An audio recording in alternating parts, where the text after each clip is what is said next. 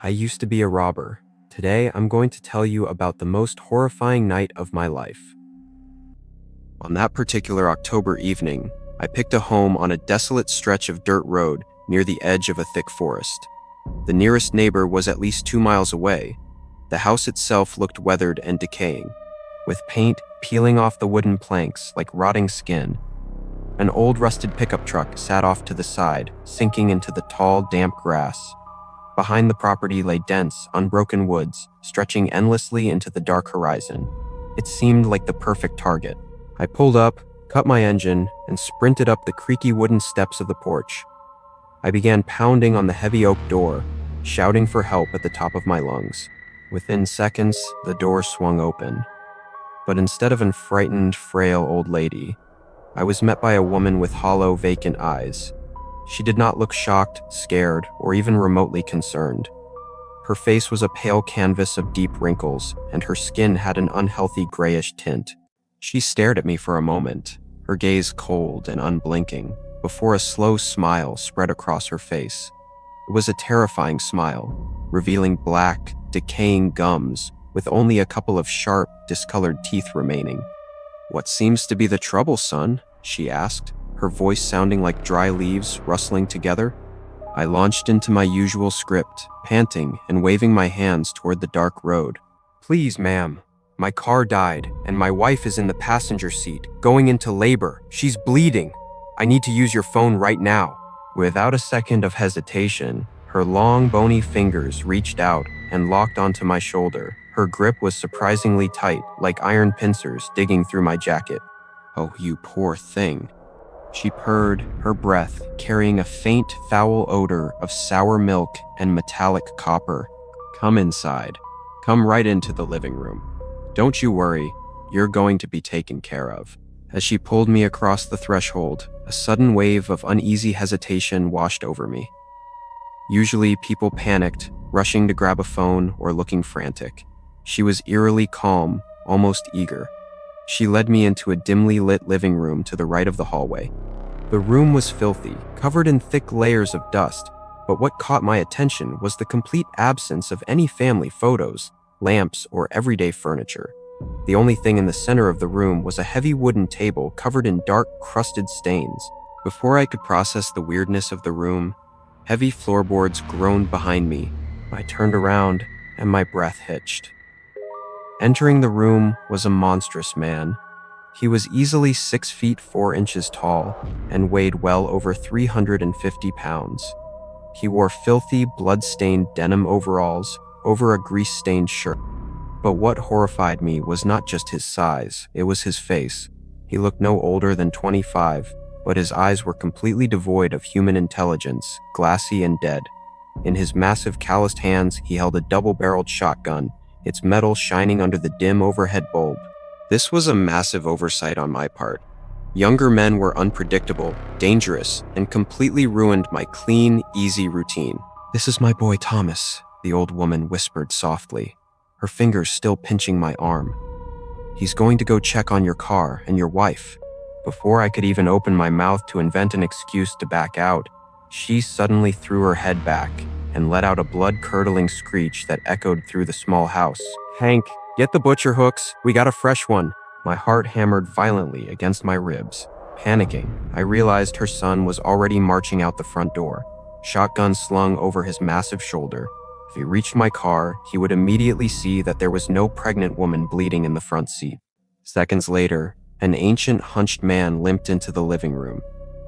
Hank looked well over 70, his spine severely bent, dragging his left leg behind him. But what sent a jolt of pure terror down my spine was what he was holding: a rusty meat cleaver in one hand and a thick metal meat hook dangling from a heavy chain in the other. And then, as my senses caught up with the adrenaline surge, the stench hit me. It wasn't just dirt or bad hygiene. It was the thick, suffocating smell of advanced decomposition, raw iron, and rotting meat.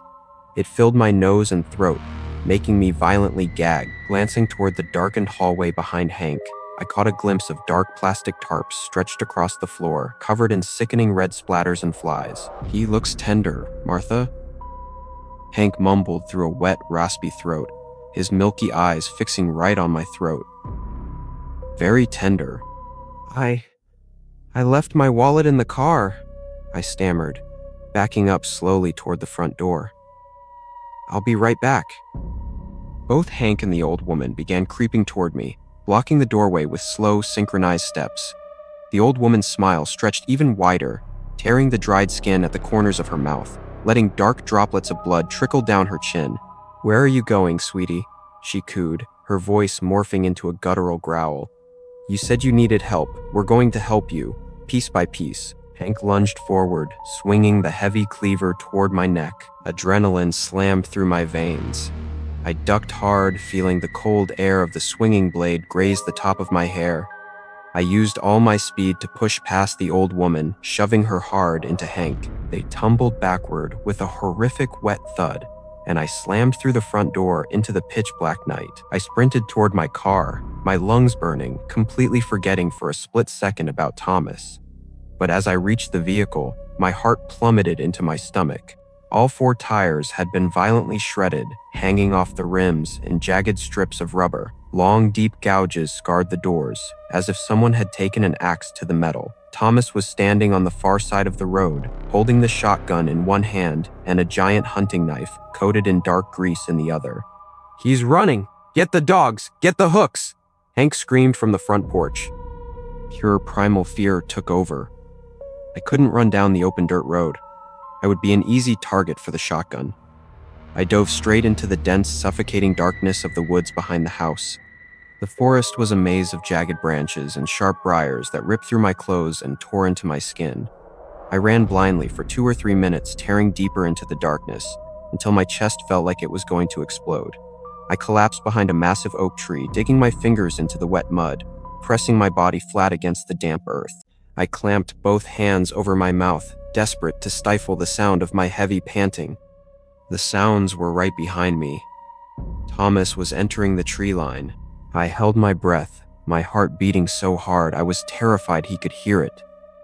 The heavy, thudding footsteps drew closer and closer. Through the gaps in the tall grass, I saw his massive boots stopping less than 18 inches from my head. I could smell him, a sickening combination of wet dirt, copper blood, and stale sweat. He was holding the shotgun downward, swinging the heavy barrel back and forth through the darkness like a pendulum. A thick, viscous trail of saliva dripped from his mouth, landing on the dead leaves right next to my cheek. He stood there for what felt like an eternity, breathing heavily through his nose, listening to the dark forest. If I moved an inch, if a twig snapped under my knee, I knew he would turn around and blast my head into pieces. Slowly, agonizingly, he shifted his weight and took a step forward, continuing his search deeper into the woods. I waited until his heavy footsteps faded into the distance. Shaking uncontrollably, I didn't dare stand up. I crawled on my belly like a reptile, tearing my knees and elbows on the rough terrain, slowly dragging myself back toward the edge of the forest. When I finally reached the tree line near the house, I peeked through the bushes. The old woman was standing on the porch under a faint yellow light, clutching an old lantern. Her face was twisted in psychotic rage, her bloody mouth opening and closing as she muttered silent curses into the dark night. Hank was nowhere to be seen, likely searching the southern perimeter with the meat cleaver. My car was ruined, but the key was still in the ignition. I sneaked out of the bushes, crawling low on the ground, and slipped into the driver's seat, shutting the door as quietly as I could. I started the engine. It roared to life with a horrifyingly loud rumble in the absolute silence of the night. I slammed the transmission into drive and stomped on the gas pedal. The bare metal rims shrieked violently against the asphalt, throwing sparks into the night air as the car lurched forward. In my rearview mirror, I saw the front door fly open. Hank and the old woman rushed out onto the road, shouting furiously, while Thomas emerged from the woods, raising his shotgun. A loud blast echoed through the air, and buckshot slammed into the rear window, shattering the glass into 1,000 tiny pieces. I didn't stop. I drove that wrecked car on its grinding metal rims for nearly 3 miles, screaming at the top of my lungs the entire time, until the axle finally snapped and the engine burst into flames. I jumped out and ran the rest of the way on foot until I reached a lit gas station near the highway. I never called the police. I couldn't risk them looking into my background, my open warrants, or why I was out on that remote road in the first place. I had my car towed to a junkyard, sold it for scrap, and caught the first bus out of state. It has been almost a year since that night, but the nightmare hasn't ended. I reformed my life, not because I became a good person overnight, but because I realized what kind of monstrous horrors lurk in the dark corners of this country.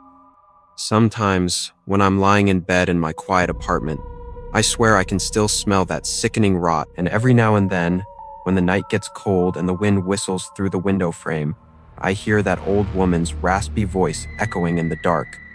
"Hank, get the butcher hooks. We got a fresh one."